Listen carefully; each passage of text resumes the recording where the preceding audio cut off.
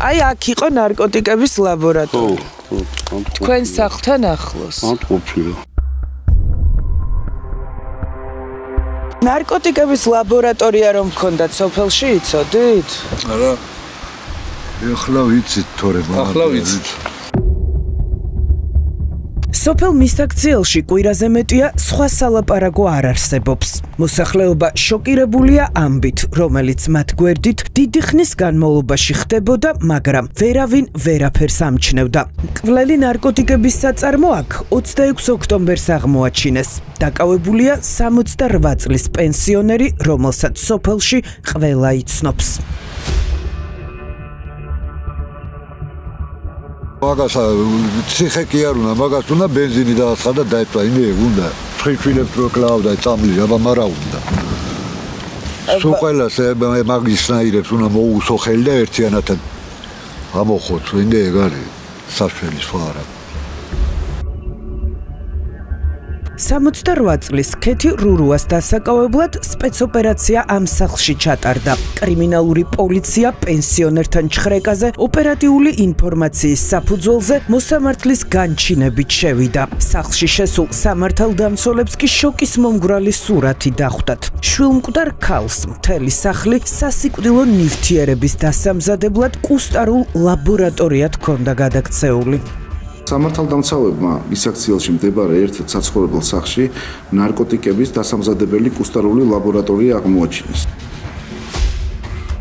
სამზარეულოს ინვენტარი, თასები, დეკორატიული მინის ჭურჭელი და ბოთლები. პენსიონერის სახლში სხვადასხვა აკრძალული სითხეებით და ნივთიერებებით იყო სავსე. გავრცელებული კადრებით და გამოძიების ინფორმაციით დგინდება, რომ სიცოცხლისთვის საშიშ ნარკოტიკს ბრალდებული საკუთარ სამზარეულოში თანამზრახველთან ანდრო კაკაშვილთან ერთად აზავებდა და გასაყიდადაც აქვე ფუთავდა. ფაქტს სახლში აღმოჩენილი სასწორები, შესაფუთი მასალები, წებოვანი ლენტები და სხვადასხვა ნივთები ადასტურებს. ეს ქალი აქ ცხოვრობდა? აქ ცხოვრობდა. იცნობდით თქვენ?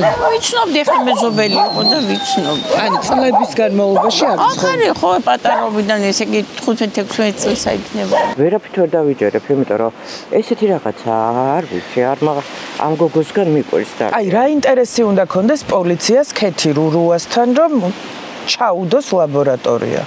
ლაბორატორიის არ ვიცი, ვერ გეტყვით. რო ამბობთ, რომ არ მჯერავ, ანუ რაღაც არ მჯერო და ნუ სანამ ტელევიზიით არ ვნახე, იმიტომ რომ თვითონ პიროვნებიდან გამომდინარე ვერ ანუ არ ქონია ამ თემაზე პირიქით ძალიან განიცდი და შვილი რო გარდაეცვალა მაგითი და ვერ გეტყვით ახლა.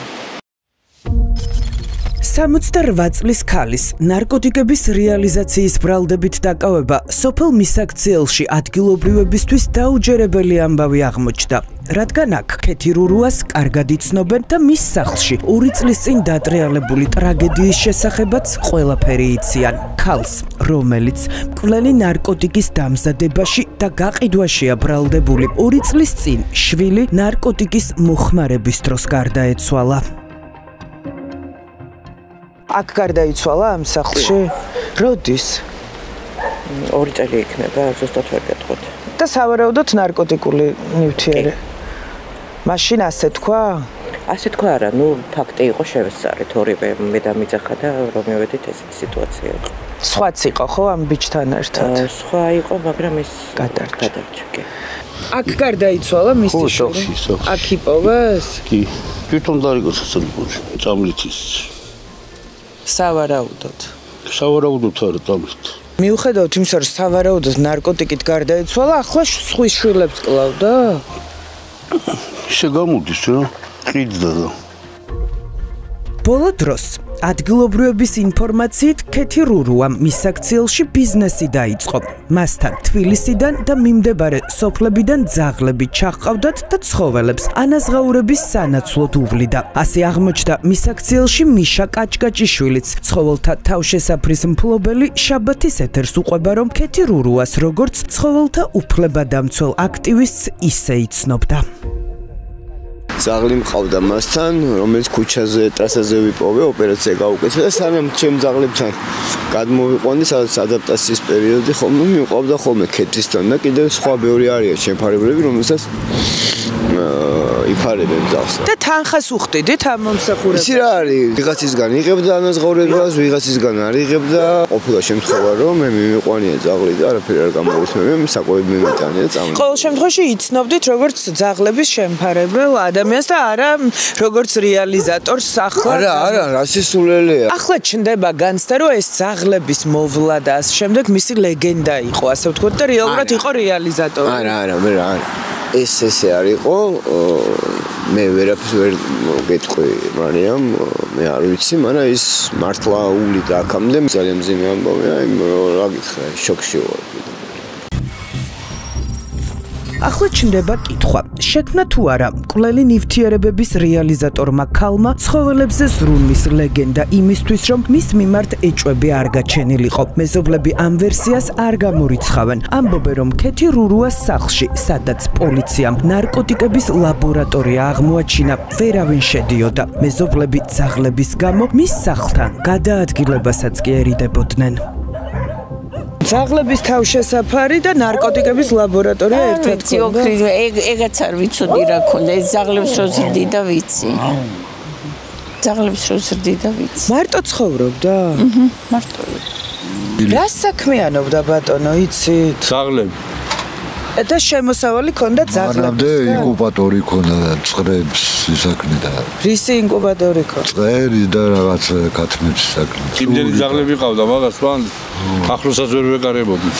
სახლში ვერ შედიოდით ხო როგორ? არა, ვიცოდი რომ ძაღლები ყავდა. შენიღბული ქონდა მისი ხო და იგიც ვერც გავდიოდი ხანა. ვიცოდით რომ 15 ძაღლი ყავდა და ერთ ძაღლს მოიგერიებდა თუ 15 ძაღლი კრუქს დაგარტყავს იმ გზაზეც ვერ გავდიოდი. ცხოველთა დამცველი სტატუსამდე ქეთი რურუას ნარკოტიკებთან კავშირს კიდევ ერთი ფაქტი ადასტურებს. ის წლების წინ შაბათის ეთერის ინფორმაციით ნარკოტიკული დანაშაულის ბრალდებით დაკავებული იყო და წლები ციხეშიც გაატარა. საპატიმრო 2012 წლამდე დატოვა და ცხოვრება აქ მის აქციელში გააგრძელა. ციხეში ჭირდა ერთხელ მაგ წამლის გამო. ეს ქალბატონი ქეთი? ნასამართლევია? კი, დიდ რაღაცებს. როდის დაახლოებით გახსოვთ წელი? ალბათ 15 წელს კი. და როგორ გამოვიდა ციხიდან? მე მგონი შეწყალებით. პრეზიდენტმა შეიწყალა? და იცით რომ დაკავებული იყო ნარკოტიკების რეალიზაციით. ქეთი რურუასთან ერთად საგამოძიებო უწყება მკვლელი ნივთიერების დამზადების და რეალიზაციის ბრალდებით ანდრო კაკაშვილიც დააკავა. სახელმწიფო დაცვის სპეციალური სამსახურის ყოფილი თანამშრომელი, რომლის ჩხრეკის დროსაც სამართალდამცველებმა დიდი ოდენობით ნარკოტიკი ამოიღეს. ეს კაცი ანდრო კაკაშვილი გინახავთ? არა, მინახე ბოლო ხანებში ღამით რჩებოდა ხომი აქ. მანქანა იდგა ხოლმე მან და აი აქ და რო ვიკითხავდი აქ ბიჭებში ქეთინოსთან არის რომ ის ვიღაც კაცი. ანდრო კაკაშვილი მის აქციელში ადგილობრივების ინფორმაციით პირველად ამ ზაფხულს გამოჩნდა. სოფელში ზოგიერთმა იცოდა რომ ის ნარკოტიკების რეალიზაციის ბრალდებით დაკავებული ქეთი რურუას მეგობარი იყო. ნაწილს კი ქალი არწმუნებდა რომ კაკაშვილმა მისგან სახლი იქირავა და მისი მდგმური იყო. როდის დაიწყო ამ კაცმა აქ სისტემატიურად სიარული? სადღაც 6 თვე იქნება, არ ვიცი. რას ამბობდა, ვინ იყო? ამ კაცი როგორც ვიცი, ამბობდა რომ გმურად არის ჩემთან. აქ აქვს ნაქირავებია? ესე გითხრა და ვერ გეტყვით. ისე რომ ხა დეტალებში შესულიყავი და მეკითხა რომ ვინ როგორ არ ვიცი. უბრალოდ თქვა რომ დამატებითი შემოსავლის გამო ნაქირავები აქვს ვინა. ნარკორეალიზატორების საქმეს უფრო შემზარავს კიდევ ერთი გარემოება ხდის.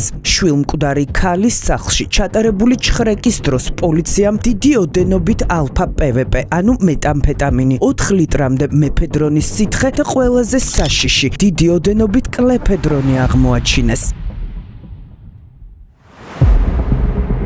კლეფედრონი ახალი სინთეზური ნარკოტიკი და ის ნივთიერება, რომელიც ერთ-ერთი ყველაზე ტოქსიკური და სიცოცხლისთვის საშიშია. კვლევებით დადასტურებულია, რომ უმეტესად პირველივე მოხმარება გულის გაჩერებას იწვევს. თუ ლეტალურად არ დასრულდა ამ პრეპარატზე, ფსიქოლოგიური და ფიზიკური დამოკიდებულება მომენტალურად ხდება.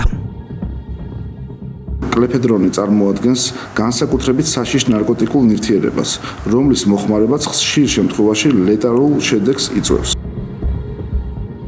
სწორედ ამ ეგრეთ წოდებულ თეთრ სიკვდილად აღიარებული კლეფედრონის შემცველ პრეპარატებს ამზადებდნენ გამოძიების ვერსიით კუსტარულ ლაბორატორიაში ქეთი რურუა და ანდრო კაკაშვილი. შემდეგ კი ნაწილ შპრიცებში სარეალიზაციოდ ამზადებდნენ, ნაწილს კი ფუთავდნენ და სავარაუდოდ კაკაშვილს მისაქციელიდან თბილისში მიჰქონდა და ყიდდა.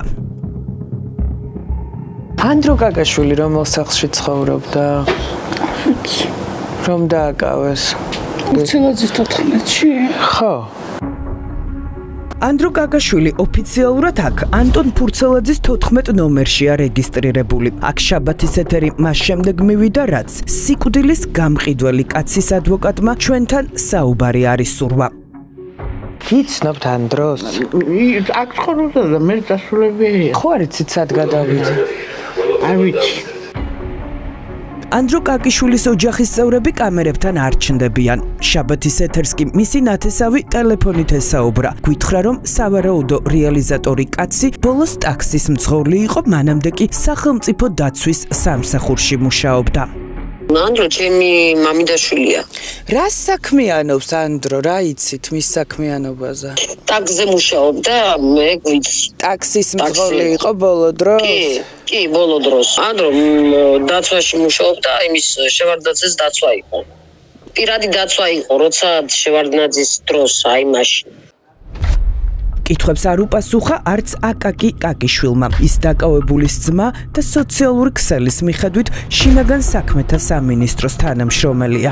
მისი ძმა შინაგან საქმეთა სამინისტროში მუშაობს, ხო? კი, ეგეთ ადგილას მუშაობს, პოლიციელია.